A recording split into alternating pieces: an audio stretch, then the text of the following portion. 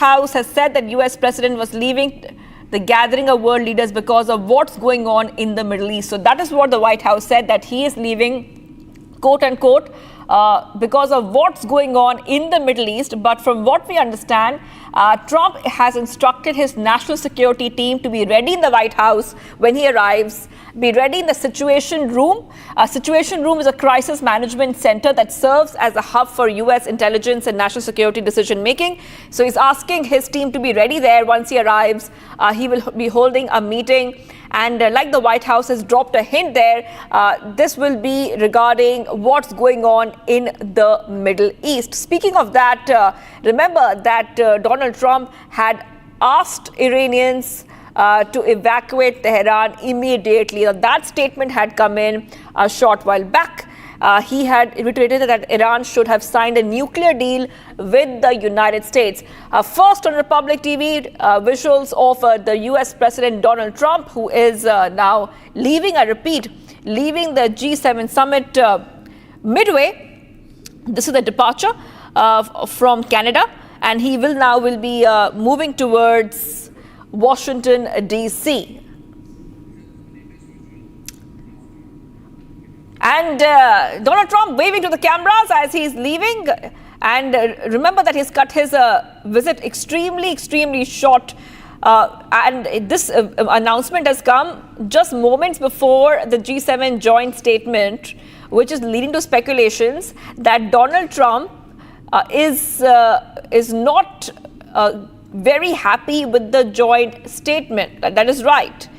This is also one of the indications coming in that has Trump signed the joint G7 statement on Iran, because the G7 statement on Iran is already out, and Donald Trump has left just when the G7 statement is released by the leader. So this is a back-to-back updates coming in here, Republic TV, where Trump is leaving G7 summit due to the Middle East situation.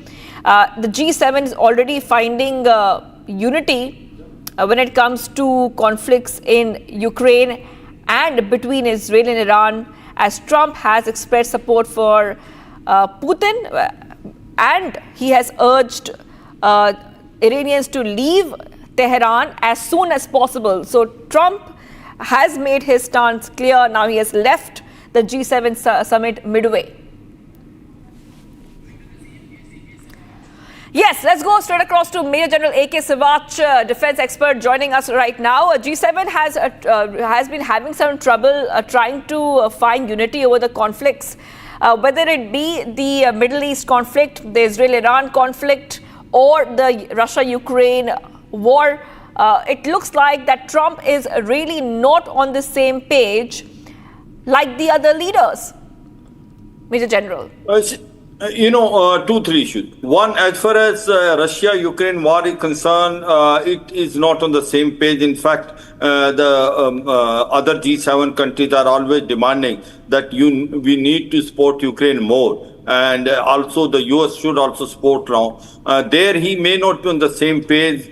He is reluctant to support Ukraine unconditionally. But as far as you can say Israel and Iran conflict, which is now entering on the 5th day. Now the fact that they have approved a joint statement wherein it states that Iran must not have nuclear weapon. I think that it speaks of a great volume, because the US wanted that way. I suppose, considering the Trump personality, going midway from G7 is a very normal for him. He came out from JCPO, Joint Comprehensive Plan of Action, in 2018. He came from Paris Climate deal, which was there. So his focus is basically, as on today, on Israel Iran war, because that may go out of hand. Now, possibly he want to take stock of the situation, because Iran is now not in a state to fight longer war. Iran want to now have a truce, and it is already sent a filler to US. And I suppose Donald Trump can pressurize Israel also, that they can have, sort of a ceasefire, and also Iran come back on the negotiating table with US. They were to have a 6th meeting in Oman, which has been now postponed. So I suppose this is more critical now rather than staying in a G7 meeting. After the joint statement, nothing much is left. And I suppose Donald Trump focus is more on the current situation of Israel-Iran war. And I am also, very certain that as far as Donald Trump is concerned, he also does not want this war to prolong. In any way, he doesn't want US to get involved into this war. He wants Iran must come back to negotiating table and make sure that Iran does not have weapon in future. All right. And also, Donald Trump has expressed strong support for Israel's airstrikes on Iranian nuclear facilities, describing them as excellent and very successful.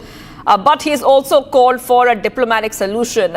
Thank you for joining us there, Major General P.K. Sehgal. My apologies, Major General A.K. Sivach.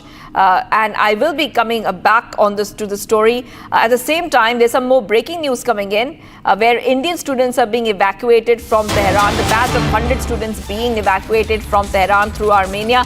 MEA sets